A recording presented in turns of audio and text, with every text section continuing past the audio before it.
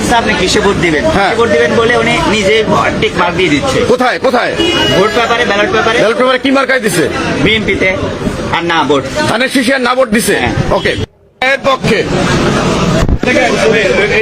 আমি লাইভে আছি। আসসালামু আলাইকুম প্রিয় দেশবাসী, এখানে দেখেন এই যে নায়ের পক্ষে অ্যাডভার্টাইজ করতেছে।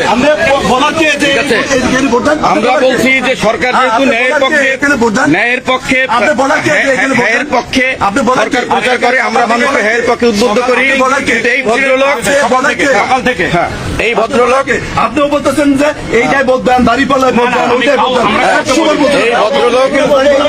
এই ভদ্রলোক ন্যায়ের পক্ষে প্রচার চালায়। ঠিক আছে, যেখানে এই ভদ্রলোক ন্যায়ের পক্ষে প্রচার চালায়।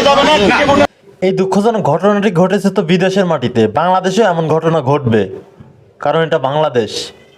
তো প্রশাসনকে শক্ত অবস্থানে থাকতে হবে। দেখা যাক শেষ পর্যন্ত কি হয়। ভিডিওটি প্রচুর পরিমাণে শেয়ার করে সবাইকে দেখার সুযোগ করে দিন। ধন্যবাদ।